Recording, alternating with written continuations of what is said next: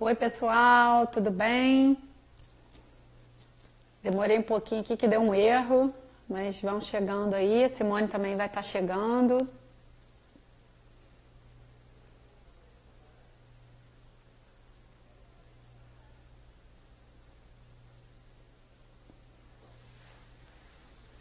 Só esperar um pouquinho que a Simone... Ó, a Simone tá aí já, doutora Simone.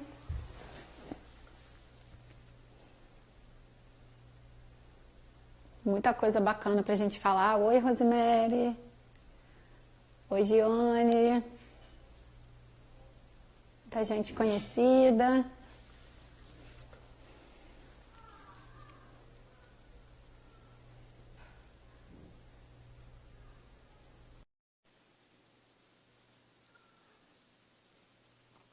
Oi.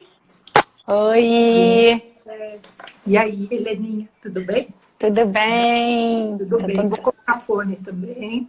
Então tá. Enquanto isso, o pessoal tá chegando. Gente, eu vou falar uma coisa que assim, eu tô adorando fazer live sempre com alguém, porque assim, as conversas anteriores à live são sempre tão produtivas assim, né, em termos de estudo, de reflexão, que nossa, a gente aprende muita coisa também, né? Não, eu falo, Antes. ontem eu conversei com a Maria Rosa, que é nutricionista, e a Maria Rosa, ela é minha parceira de congresso.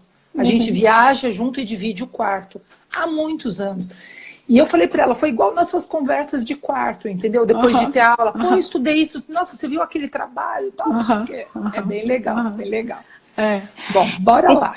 Então, olha só, como a gente tem muito assunto, a gente vai começando, e aí o pessoal vai chegando, quem não conseguir ver desde o início, depois vê nos stories. Só assim, para contextualizar um pouco, né, a gente está nessa semana, né, semana da conscientização, mês da conscientização, e a gente vê que tem muita coisa andando em termos de intervenção precoce, de sinais, então tem muita gente falando sobre isso, né, já tem um movimento muito grande. E aí a gente, né, eu acho que eu e a doutora Simone, a gente na mesma sintonia, assim, tipo... Mas a gente também precisa dar uma visibilidade grande de conscientização mesmo, né, das pessoas, dos profissionais, dos familiares, sobre o autismo na adolescência e na vida adulta, que é uma realidade, né? Os autistas crescem, então a gente não pode só direcionar a nossa fala, o nosso trabalho e, né, qualquer tipo de pesquisa para a população, né, de crianças autistas. Então, por isso que a gente trouxe esse tema, né? A gente conversando antes de começar a live, tem muito assunto, então acho que a gente não vai parar por aqui, né, doutora Simone, que a gente foi, nossa, mas é muito assunto. Então, só uma observação, Helena nunca me chama de doutora Simone, ok, gente? Só para ficar, só para constar aqui, ok? É porque assim, eu sempre falo isso, é porque aparece pra mim, Simone doutora, aí o meu cérebro vai funcionando no doutora. Tá bom, tira o doutora, Simone. Tira o doutora. Tá bom, tá bom. É porque aparece o doutor aí.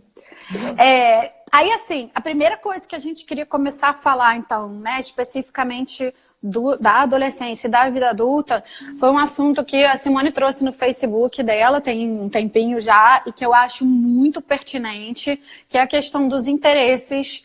Quando o adolescente ou o adulto, né, o autista, tem um interesse que é mais infantil, né? E assim, o que a gente faz? Aí a gente vai para dois extremos, tipo, simplesmente deixa ele brincar com a boneca ou com, né, aquilo que seja o objeto mais infantil, ou eu tiro completamente, some com tudo isso da vida dele e ele não pode, porque ele já tem 18 anos, como alguém disse, ele não pode ter esse interesse.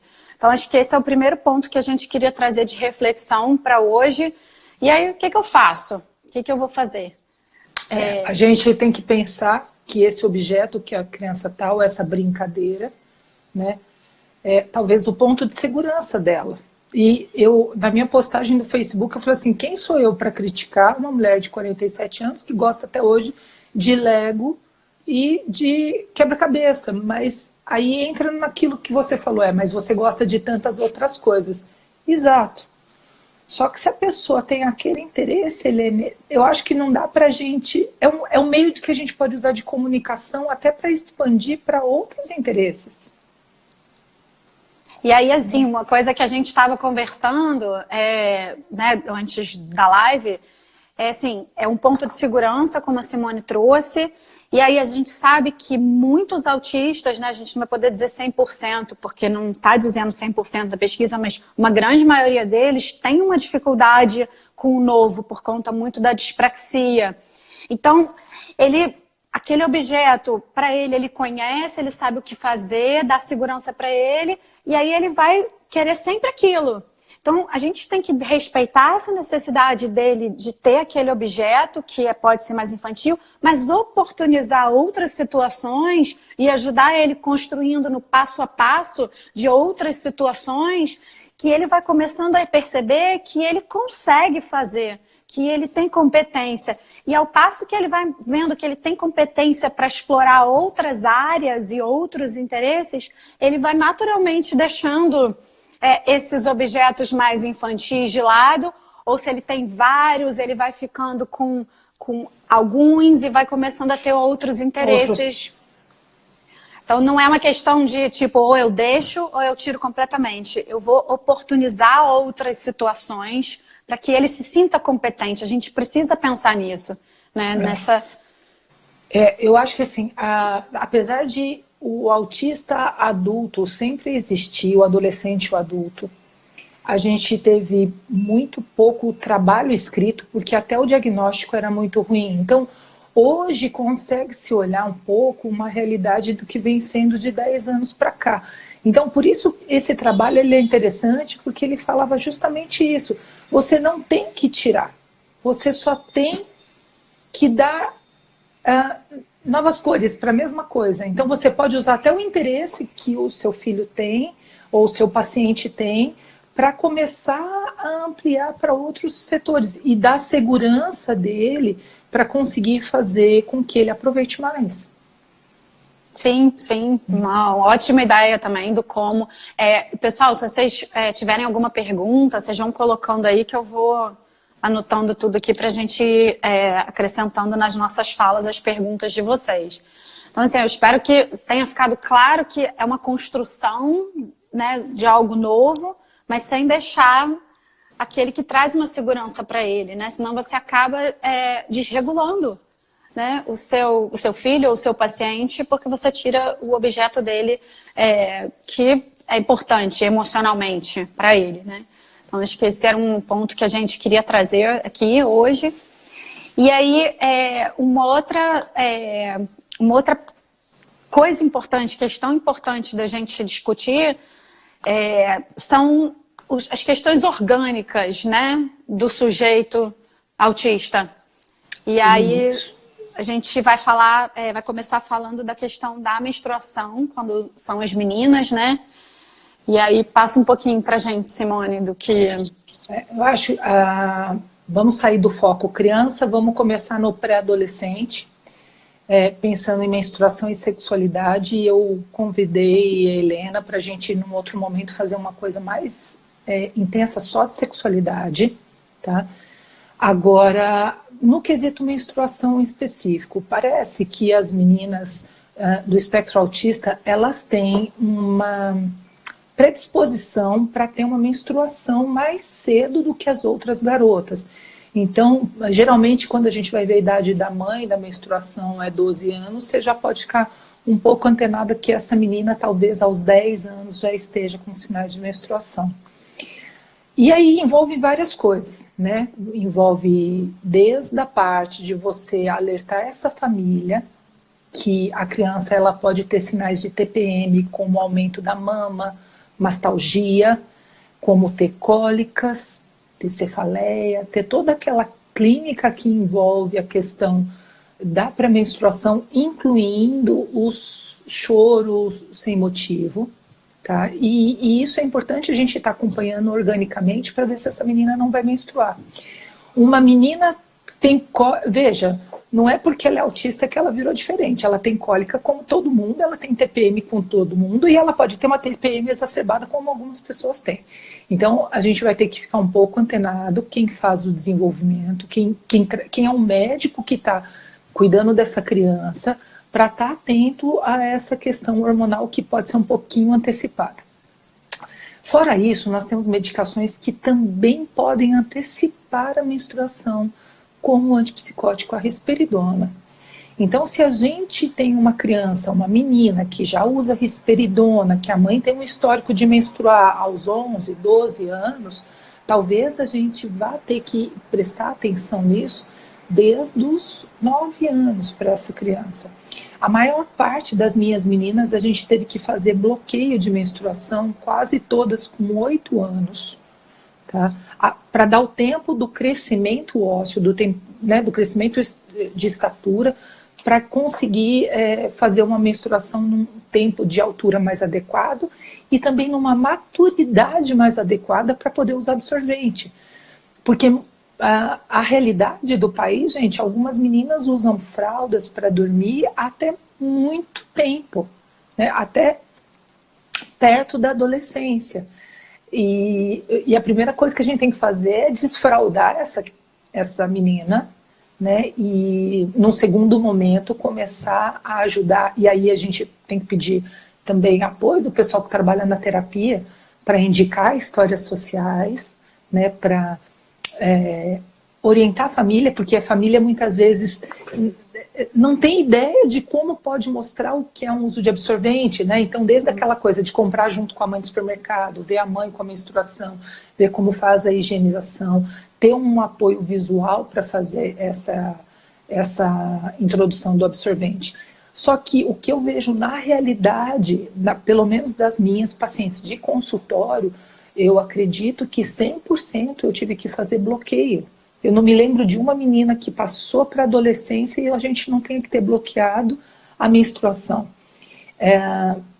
Passado a história do bloqueio, né? O bloqueio é uma medicação, se usa ela injetável.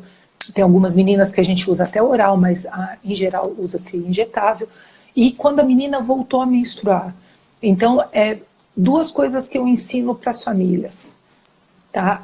A gente põe um dia útil do mês para que se faça o exame de mama, né? Porque toda mulher faz o autoexame de mama, ou toda mulher deveria fazer o exame de mama, né? Durante o período da sua menstruação, porque daí ela lembra de fazer. Como no começo da menstruação de adolescente é muito irregular, a gente pontua um dia no mês, então todo dia 1 vai fazer, eu sempre peço dia 1 porque é mais fácil, a gente pontua que todo dia 1 vai fazer o exame de mama e vai começar a marcar o calendário dessa menstruação. Para quê? Para que eu saiba quando eu preciso tomar cuidado com a questão da TPM. Existem várias abordagens que a gente faz para diminuir a TPM, tá? Para diminuir para qualquer pessoa, não só para pessoa com autismo. Então, em geral, eu adoto essa abordagem de fazer a prevenção, porque existem meninas que não conseguem se comunicar. Né, que a gente vai entrar na parte de comunicação. Tem meninas que não conseguem se comunicar. Elas não conseguem mostrar que elas estão com dor, que elas estão com cólica, que elas estão com dor na mama. Então, a primeira coisa que a gente precisa fazer é ajudar nesse processo para que ela não tenha nenhum tipo de incômodo prévio. E mesmo assim avisar a família, porque vai ter que ficar atento nessa época que é o pré-menstrual. A gente estava conversando, né, e eu falei para Simone que eu assisti uma aula uma vez de um caso falando sobre essa questão da menstruação, de uma menina, mais ou menos uns 15 anos, que não falava, mas que se comunicava pelo computador, e que num determinado momento ela começou a se negar a escrever e começou a entrar num processo de desregulação. E aí a médica que estava acompanhando começou a investigar o motivo pelo qual ela estava desregulando, né? Ela ainda não estava com a menstruação, mas ela já estava com cólica. Então a médica, na investigação dela, entendeu que ela estava com dor, com cólica. E aí ela passou, então, para a parte mais terapêutica de explicar para ela aquilo que ela que estava acontecendo com ela, que ela não estava entendendo. Ela estava com uma dor que ela não estava entendendo, e a gente tem que pensar que existe a percepção dos nossos órgãos internos e que muitas pessoas autistas não conseguem ter essa percepção, né, da dor. De maneira adequada. De maneira adequada. Então ela estava confusa, que sensação era aquela. E aí, quando elas conseguiram começar a contextualizar para ela, explicar o que estava acontecendo, aí ela voltou a digitar e digitou: eu achei que eu ia morrer. Porque era uma dor tão diferente, que ela não sabia de onde vinha, que ela achou que ela ia morrer. Então, a gente precisa ficar atento, né, quando a gente está falando, e né, a gente é pai ou terapeuta dos adolescentes e das meninas, né, quando está falando de menstruação, isso, aconteceu alguma coisa, desregulou, estava se desenvolvendo bem, principalmente em termos de regulação, desregulou, tem que começar a fazer uma pesquisa também dessa parte orgânica, né, Simone? Não pode esquecer disso e ir logo para o comportamento. Ah, não, isso é um comportamento do autista. Né? É um indivíduo como todos os outros. Eu sempre brinco que, independente do médico que você tenha, mas você tem que ter um médico, não estou dizendo um neurologista, estou dizendo um clínico mesmo, seja um pediatra, seja um clínico geral, ele tem que ter, a pessoa autista, ela tem que ter um médico que olhe nesse sentido, que saiba conseguir olhar que aquilo é uma fase que vai acontecer naturalmente, né? Nas meninas, a questão da menstruação é uma coisa, uma evolução natural, e a sexualidade também é uma coisa natural. Tem meninas autistas que fazem masturbação, tá? E sexualidade ainda parece ser um tabu no nosso país, e a gente tem que falar, porque tem meninas que se masturbam até com o zíper da calça, e a gente tem que saber orientar para elas o momento que elas vão poder se masturbar. E ó, masturbação não é feio, não é errado, não tem nada disso. É uma coisa fisiológica, tá? Da mesma maneira que a gente vai ter que ensinar para ela que aquilo pode dar um tipo de prazer, só que ela tem que fazer esse prazer no local adequado. Ela não pode mexer na vagina dela em toda hora. E o mesmo cai para os meninos. Eles não podem ficar mexendo no pênis, e manipulação de pênis vai existir. E eu acho muito interessante, porque no consultório é tudo nomeado, né? Então, não tem a periquitinha, não tem o Joãozinho. Eu falo isso muito para os pais. É a vagina e o pinto. Ponto. Quando a gente nomeia para o autista uma coisa, e eu consigo dar o concreto para ele, fica tão mais fácil, fica tão mais simples. Então, você pode mexer no seu pinto, isso lhe dá prazer.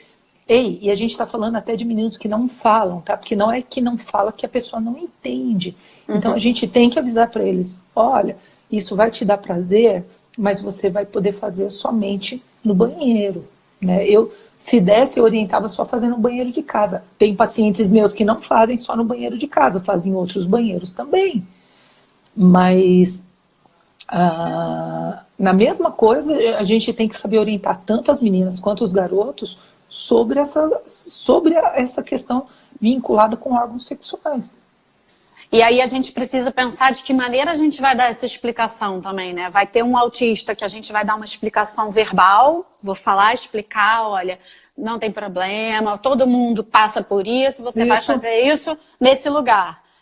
Mas tem um que você vai precisar, talvez, fazer uma história social com imagens. E aí você vai construir as imagens que sejam representativas para ele. Pode ser um que eu use uma história social com símbolos, com imagens símbolos, por exemplo, de um board maker. Vai ter um outro que talvez eu precise tirar a foto dos lugares, a foto dele, e construir com imagens mais concretas. Então vocês vão ter que perceber como que o seu paciente ou o seu filho melhor recebe a informação. Né?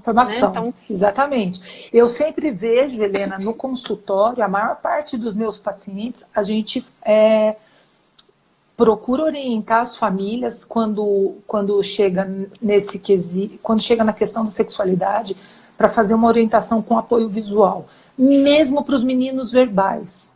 Mesmo para eles, né? E no consultório é interessante, porque eu tenho um paciente que ele falou para mim, na questão de masturbação, o dia que ele chegou nos finalmente, que ele teve ejaculação, ele falou para mim: eu achei que eu fosse morrer. Ainda bem que você avisou para mim que eu não ia morrer, porque ele já estava se masturbando com uma certa frequência. Eu falei, olha, vai ter um dia que vai sair um líquido que é meio claro para branco, mais ou menos. Mostrei para ele, né? E eu falei assim, e nesse dia você vai ter um sentimento diferente, você vai ter você vai sentir uma coisa diferente. E depois ele me deu um feedback, ele falou, olha, eu achei que eu ia morrer na hora. E eu não morri, mas eu me tranquilizei, porque você avisou que eu não ia morrer. Esse é um menino que verbalmente a gente consegue trocar. Mas tem outros, né? E eu digo porque eu tenho um adulto em casa de 19 anos. Então, com o meu filho, o que eu fui fazer? Eu fui mostrar em vídeo para ele, né? Peguei uns vídeos que tem na internet em relação com masturbação, essa coisa toda. Primeira coisa que ele fez, ele fechou o vídeo, era no iPad, ele fechou e falou assim, isso é assunto da minha privacidade.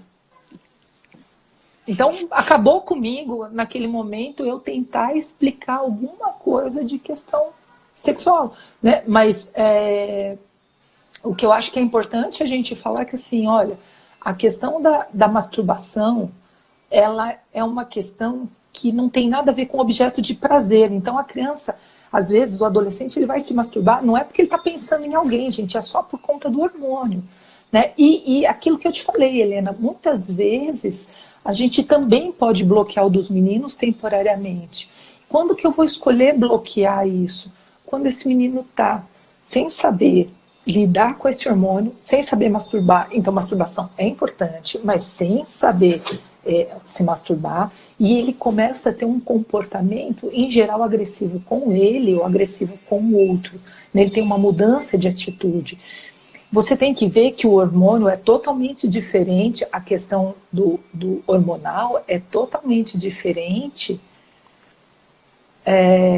da briga quando é criança, né? Porque a criança, quando ela é menorzinha e ela parte para agressão, para autoagressão ou para heteroagressão, ela em geral tem um motivo porque ela não conseguiu se comunicar ou ela não conseguiu entender por que ou não. Então, muitas vezes ela usa a agressividade, né, ou irritabilidade como uma comunicação de eu não quero isso. No hormônio é totalmente diferente. No hormônio, a criança está super bem, ela está fazendo uma coisa que ela gosta, ela sai daquilo que ela gosta e ela vai lá ou ela se aperta, né? Às vezes não tem uma questão de se beliscar, se morder, se bater, mas tem a questão dela se apertar, tem a questão dela apertar almofadas, apertar o sofá, apertar a madeira. A Silvia está colocando aqui que o filho fica esfregando no chão. Isso é uma busca de sensação. Então, a história do chão, a almofada, ele está no lugar da mão. Só que no chão vai ser mais fácil para ele se machucar, ter algum tipo de lesão na pele do pênis por conta da fricção do que se fosse a própria mão. E aí a gente vai para aquela questão de que às vezes é necessário alguém ensinar.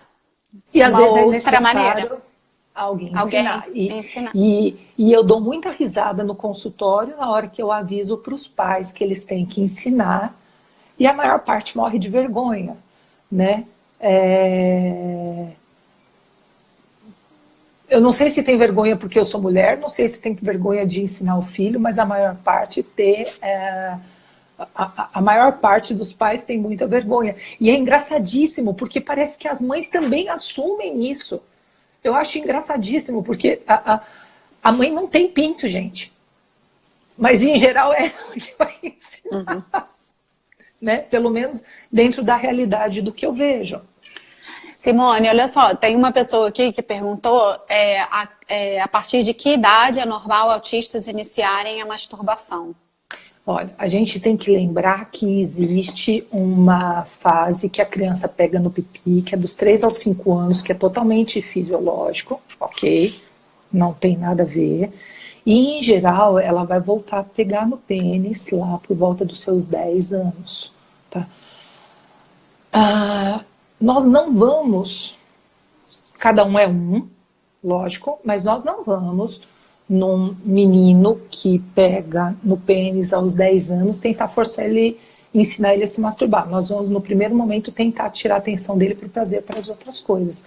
Mas a partir do momento que fica mais frequente, então toda hora ele está se roçando em algum canto, né, que vai acontecer entre seus...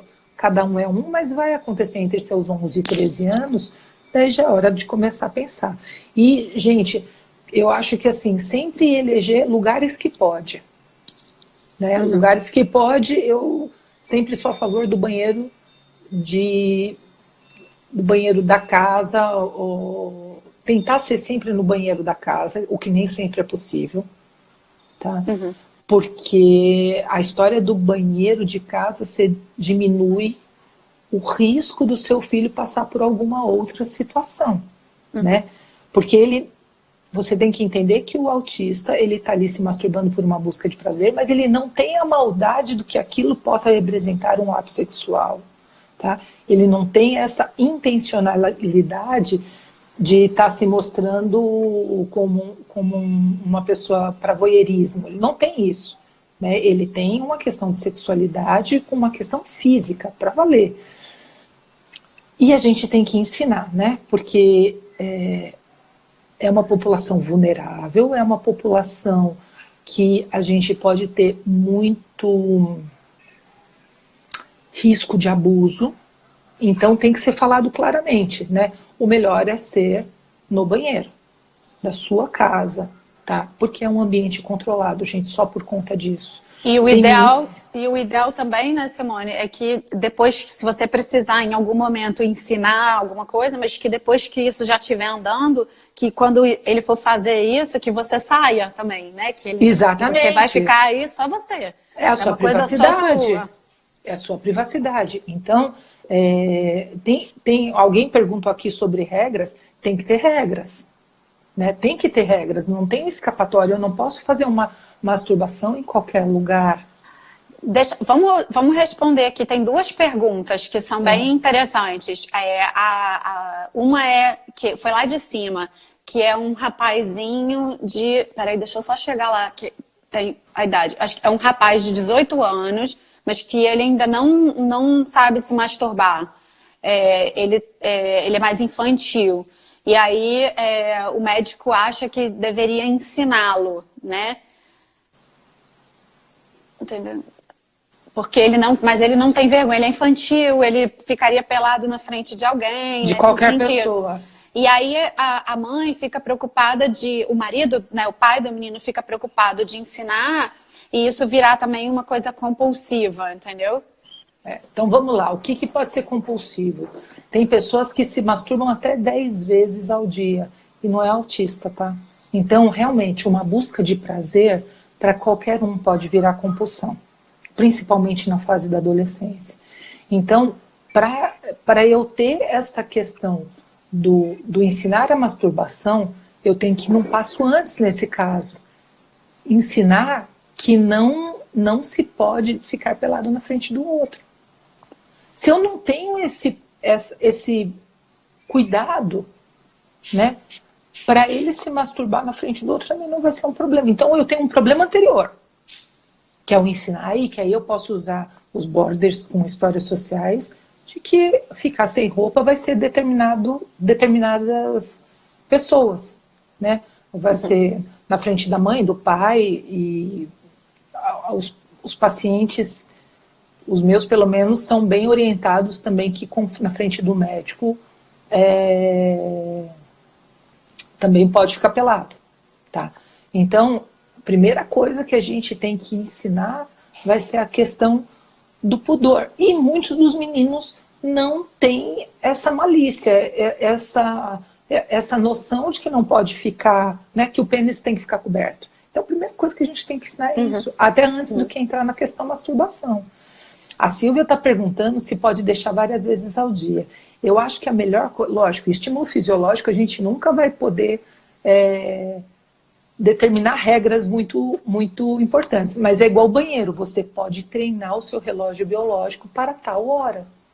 Então, existem existem famílias que optam por um determinado X de tempo, é o momento da privacidade do garoto.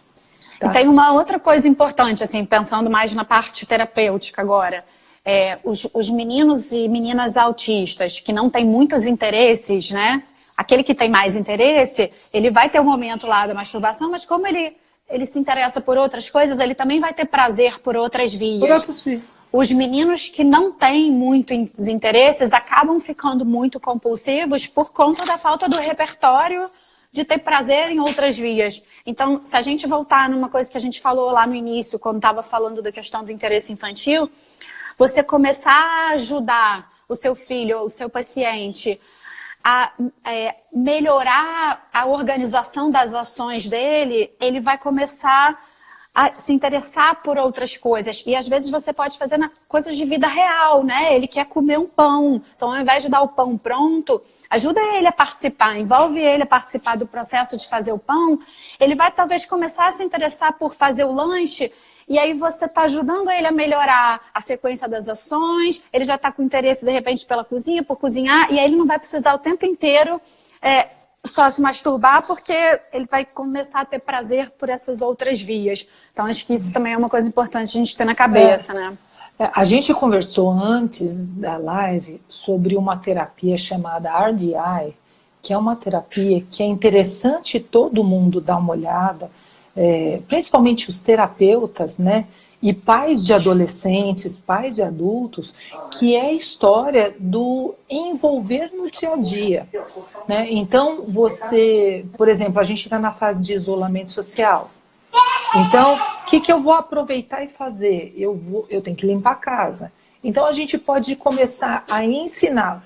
Gente, ó, eu falo isso de prática. Às vezes, você ia limpar a sua casa em 2 horas, você vai levar 4 horas, mas tudo bem. Você está plantando a semente para que isso depois, num futuro, se torne uma alternativa para essa pessoa. Que ele saiba fazer as coisas, que você só vai falar, tem que limpar o banheiro, tem que fazer tal coisa, e a pessoa consegue ir.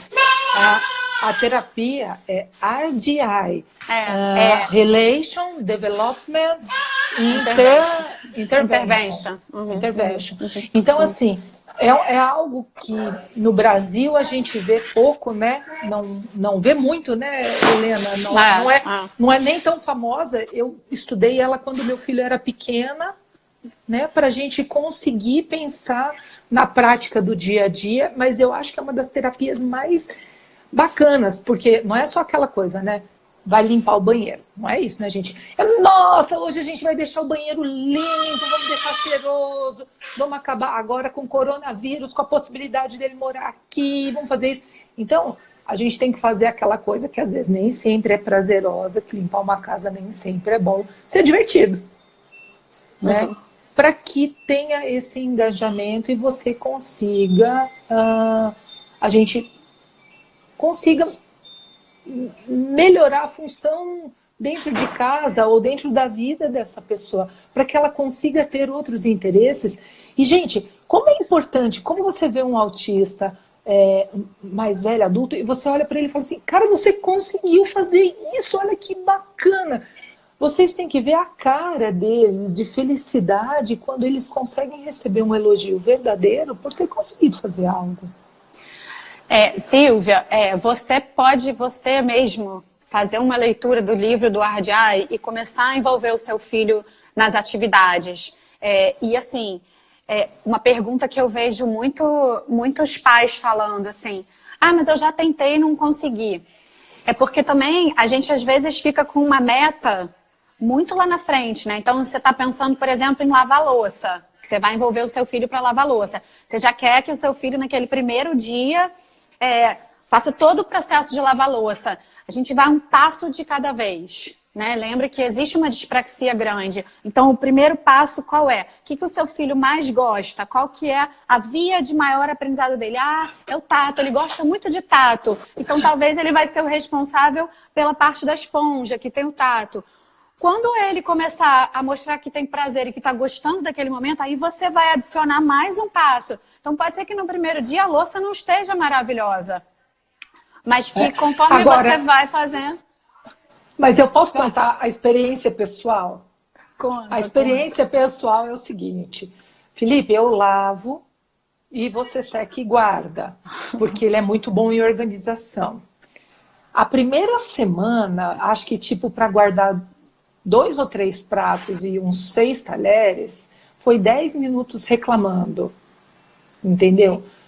Depois já diminuiu para uns 8 minutos. Hoje já sabe que é a função dele, porque a função não tem a reclamação, não tem mais. Agora, não é algo que dê prazer. Então, você imagina um velhinho reclamando o tempo inteiro, porque tem que secar os pratos, porque senão a cozinha vai ficar uma zona, porque senão vai juntar barata, porque senão não sei o quê. Então, assim, nem sempre o que ele está fazendo em casa vai ser uma atividade prazerosa, né? Você tem que dar para ele aquela alegria de que você conseguiu muito bem isso, aquilo, mas nem sempre vai ser tão prazeroso assim, né? Sim, Só para quebrar um pouco isso, tá? Que toda coisa vai dar prazer. Mas aí você também vai envolver e vai trazer, Sim. né, a sua expressão, o seu tom de voz, né? Sim. E aí você A vai gente vai envolver ele de alguma maneira, né? Sim, sim. Mas o que eu digo é isso. Nem sempre a atividade é prazerosa, mas você vai ter que fazer os uhul! E você explicar, por exemplo, eu atendo um rapazinho que ele, né, há um tempo atrás, tinha uma pessoa que limpava a casa. Então, às vezes ele estava comendo, caía alguma coisa, a pessoa limpava, porque era o trabalho dela. E hoje ele não tem mais. E aí ele deixa e joga no chão. E ele não estava entendendo por que ele tinha que pegar. E aí a mãe dele explicou, olha, a gente não tem mais uma pessoa para ajudar a gente aqui, o que foi ótimo para ele, né? Porque agora ele está ficando autônomo e ele faz o início, o meio e o fim, então para ele está ótimo. Então a gente tem que pegar, porque se você não pegar, vai ficar aí. E, só que é um processo. Teve uma vez que ele largou um copo, eu já dei esse exemplo numa outra live, ele largou um copo na escada, porque ele se perdeu com o aspecto sensorial da escada, e o copo ficou ali, ninguém pegou. 40 minutos depois ele desceu, o copo estava ali. Quando ele desceu, ele olhou aquele copo, ele fez uma cara de tipo, ué. Faz agora a gente tem que pegar o copo que você deixou aqui. Então, assim, realmente a gente tem que focar num processo, às vezes leva um pouco mais de tempo, mas a gente tem que entender que se agora a gente, né, começar a focar nesse processo, logo, logo ele vai conseguir dar conta de fazer isso tudo sozinho, né? E aí não fica tudo para os pais fazerem. E, gente, vamos combinar uma coisa. Autista, né? Eu não estou fazendo uma corrida de velocidade curta, eu estou aí numa maratona longa. Então, tem coisas que você vai começar a investir, que é aquilo que a gente falou, né, Helena? Vamos investir em exercício. Não é de uma hora para outra que seu filho vai amar exercício. Vamos começar a meditação. Não, de uma hora para outra que ele vai começar a meditar. Vamos fazer, sei lá, pintura em relevo. Gente, tudo que a gente vai fazer, nós vamos fazendo aos pouquinhos e aumentando aos pouquinhos, né? Helena, vou pular só um pouco das coisas. Deixa eu falar só uma coisa. Gente, olha, a Mariane do Pod entrou aqui, gente. Mariane. Precisamos de você, porque um dos assuntos é a comunicação. E a gente precisa investir em comunicação alternativa. Esse é o caminho. Então, foi uma das discussões que a gente teve aqui. Então, eu vou entrar na questão da comunicação um pouco, né? Porque eu acho que ainda, pelo menos o que eu vejo aqui no Brasil, Aqui, Maria. Simone, antes de ir para a comunicação, tem uma pergunta muito interessante aqui, importante da gente falar. Fala. Que é ainda da masturbação. Peraí. Aí a gente vai para a comunicação. Peraí que agora eu tenho que achar. Aqui, ó. Tem uma pessoa que o filho se masturba desde 1 ano. Hoje tem 6. Faz bem menos. Mas sempre que está eufórico, ele se masturba. A pergunta pode ser uma estereotipia? Eu acho que isso é uma pergunta de muita gente. Isso é uma busca de sensação, né? Não é uma masturbação com uma finalidade para chegar num prazer, mas uma busca de sensação. Tem autistas que buscam sensação de outras maneiras, tá? Então tem autista que busca sensação apertando queixinha, né? Ou apertando objetos. É semelhante, é uma busca de sensação isso, não é exatamente uma masturbação. Nessa situação, se eu bloquear, vamos lá, se eu usar terapêuticas que bloqueiem isso para a criança, que é uma das possibilidades pela questão social, a criança vai procurar outra busca de sensação. Então ela faz essa, mas ela vai buscar outra. Eu brinco que das sensações, ao Anderson, que é um amor também, perguntando, que é totalmente de floor time. Pode ser uma busca, como uma busca proprioceptiva, tá? E o que a gente sabe é que alguns controles a gente o adulto não consegue ter sobre a criança. Quais são esses controles? A criança ruminar, ou seja, o reflexo que ela pode ter da propriocepção alimentar, dela trazer em comer, que é um problema em adultos também. A questão de controle de esfíncter, porque ninguém consegue controlar, e as estereotipias vocais. Então, pensa você que quando a gente está pensando numa busca, numa questão de busca de sensações, numa propriocepção, eu posso ter outros recursos que nenhum terapeuta vai conseguir dar conta.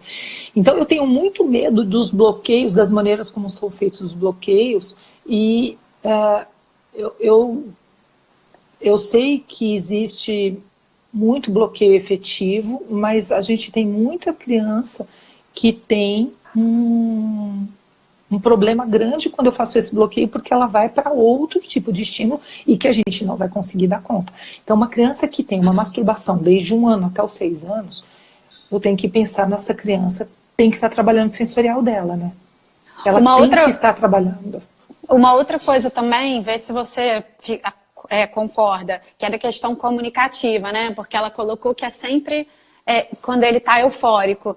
Também, às vezes, ele não consegue dizer que está feliz, né? Assim, quando a gente está muito feliz com alguma coisa, o nosso corpo está feliz, né? Eu gosto muito desse exemplo. Você tem 15 anos, você está no colégio e aquele gatinho, aquela gatinha te deu uma piscadinha. Você vai falar com a sua amiga, você não vai falar, nossa, o fulano piscou para mim. Você vai, o fulano piscou para mim. E acaba que... só que a gente fala e o nosso corpo, né, reage também.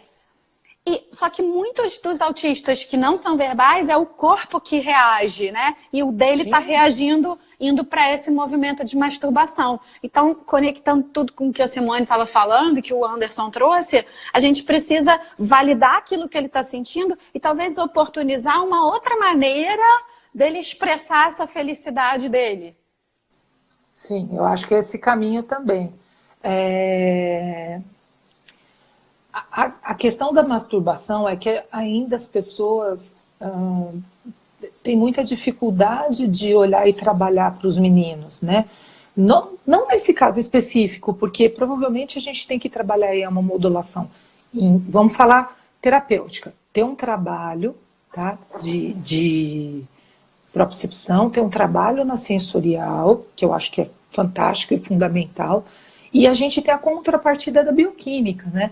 As pessoas estudam pouco o sensorial, a bioquímica do sensorial, e é um assunto que eu amo, porque a gente sabe que, assim, eu posso ter processos que são lógicos.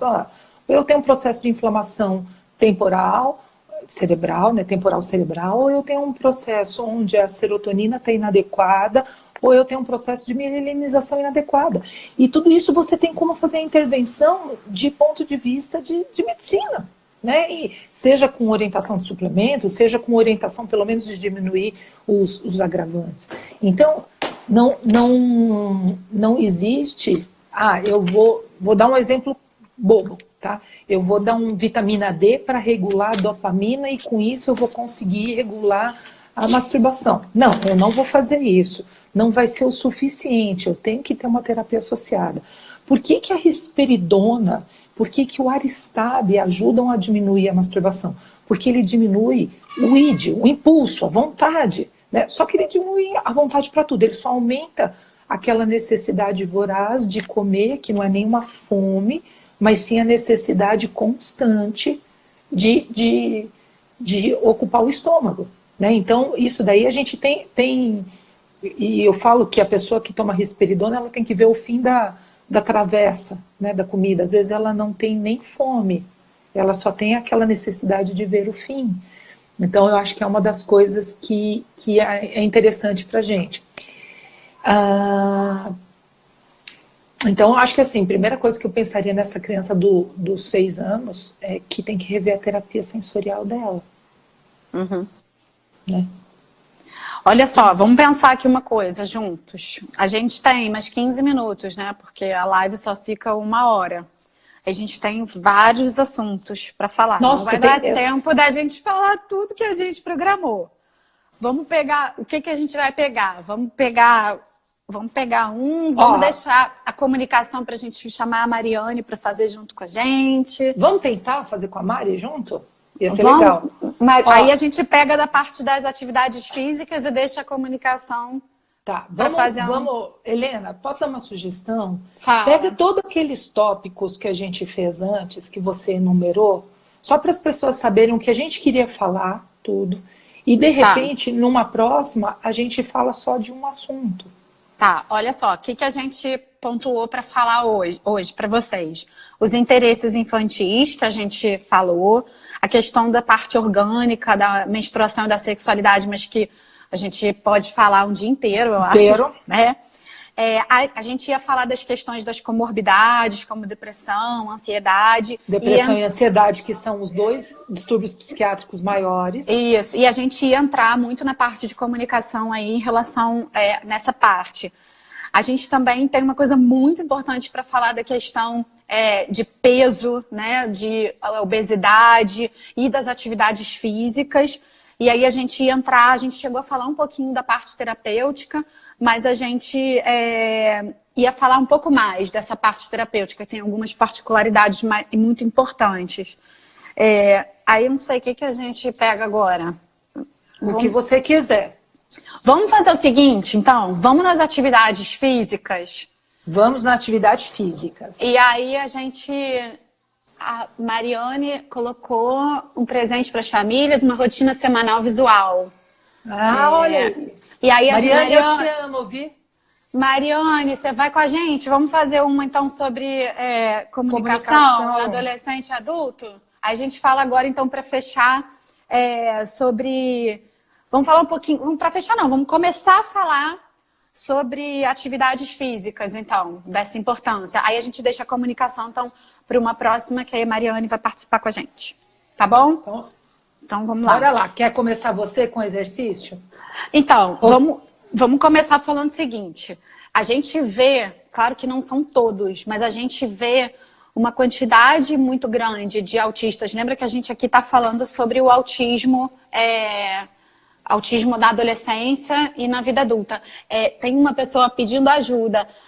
Manda pra gente depois mensagem nos nossos inboxes, que aí a gente tenta te ajudar. Mais fácil. Tá? Manda nos nossos inboxes e aí a gente te ajuda, tá? E a gente vê, então, essa questão da obesidade. E assim, por que a gente precisa ficar atento a isso? Porque eu já tenho uma dificuldade motora e... eu ainda tô fora do peso. Para uma pessoa que é obesa, é difícil para ela botar o sapato, porque a barriga não deixa. E ela não tem uma dificuldade motora prévia.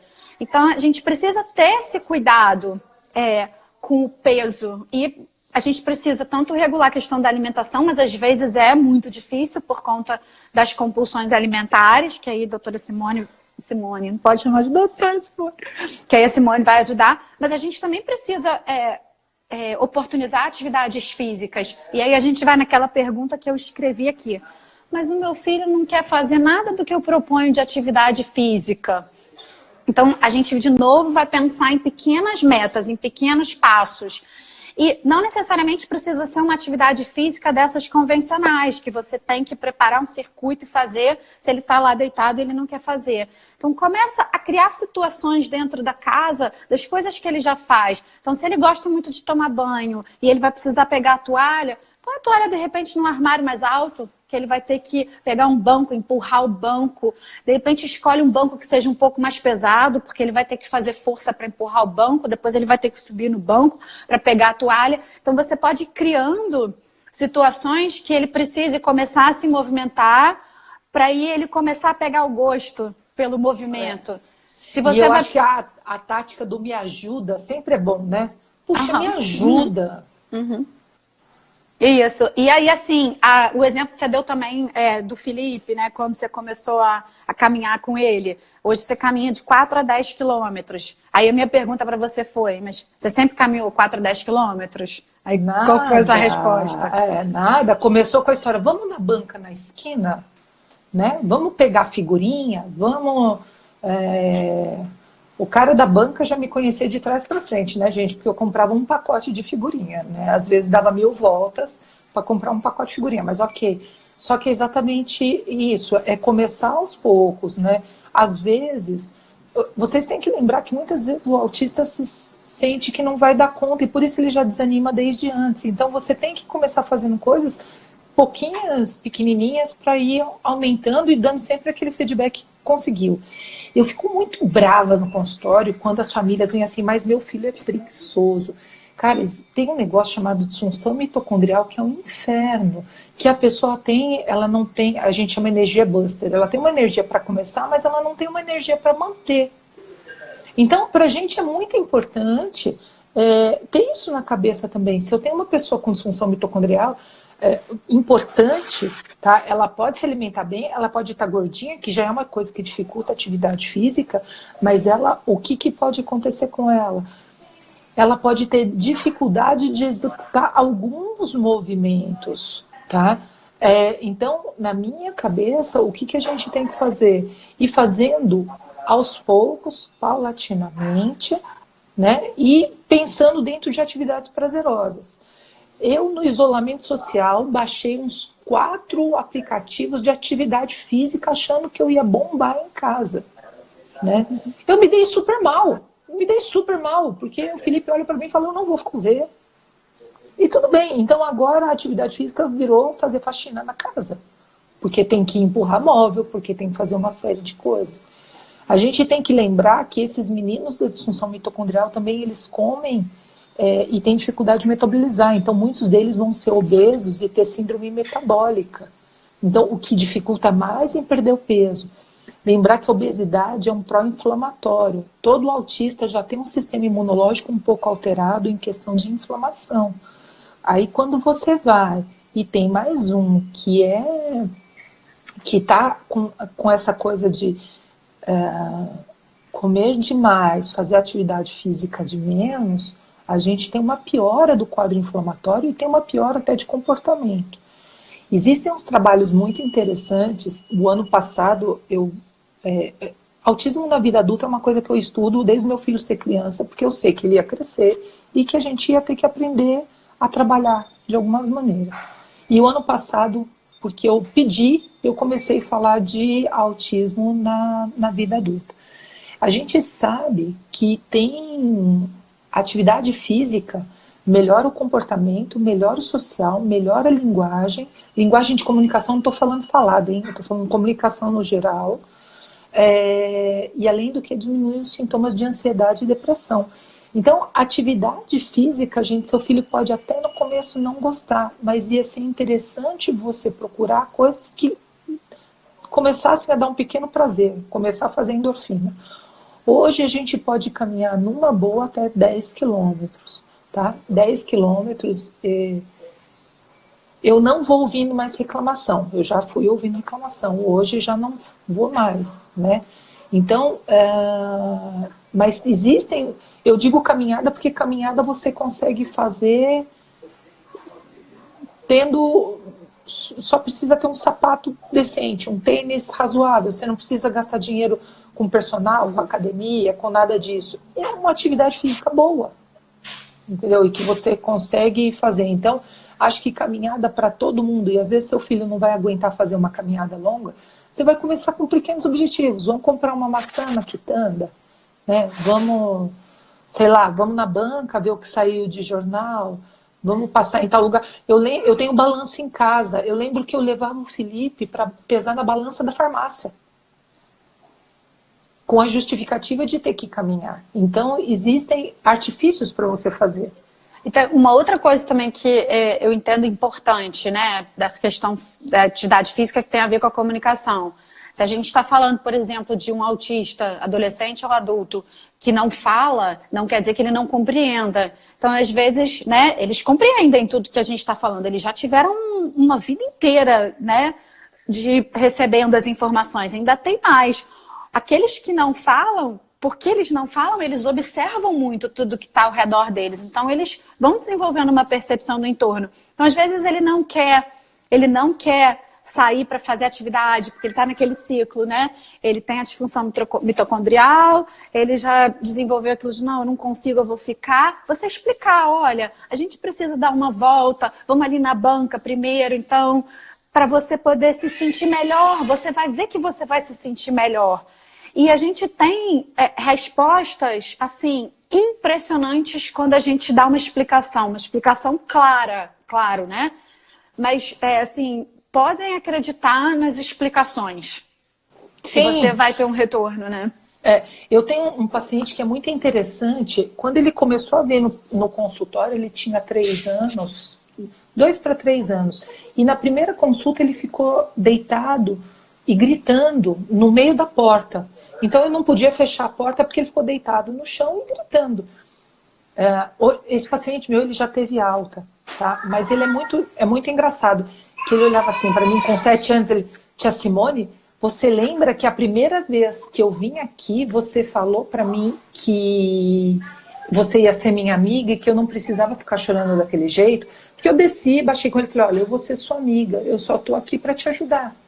E eu tenho um outro paciente que também veio com 3 anos, hoje ele está com 8, ele também veio não verbal, e eu sempre brinco com as crianças na hora que eu estou examinando o pé. Só temos 2 minutos. Acabou. Mas é porque eu acho que o Instagram, ele corta a gente, não corta? Como é que é? Corta. Eu não sei, eu tô nova na live, então não sei. Pelo menos ontem ele cortou. Ó, só o último paciente, essa história de cheirar o pezinho, ele toda vez que ele vem no meu consultório, hoje ele fala assim, você vai cheirar meu pé? Então, quer dizer, conversa com seu filho, mesmo se ele não fale, conversa com seu paciente, mesmo se ele não fale. Você não sabe quanto ele está entendendo. Bom, Helena, aí fica pra gente fazer umas 1000 lives depois com todos falta, a gente vai se organizar para semana que vem, será? Bora! Que vem? Então a gente se organiza e coloca aí nas nossas redes sociais, fiquem atentos aí, que é pra gente se encontrar mais. E Mariane, vamos te mandar mensagem, tá? Será que a gente consegue fazer em 3? Não tenho a menor ideia, vamos descobrir. Bora, vamos descobrir. Tá bom? E a Roberta falou, sim, sempre no vínculo afetivo, com certeza, né? A gente vai sempre através da interação, claro. Sim, né? Sim, é isso mesmo. Muito obrigada, viu, Helena? Obrigada, Simone. Obrigada a todo mundo aí. Então tá bom. Um beijo para todo gente. mundo. Até a próxima.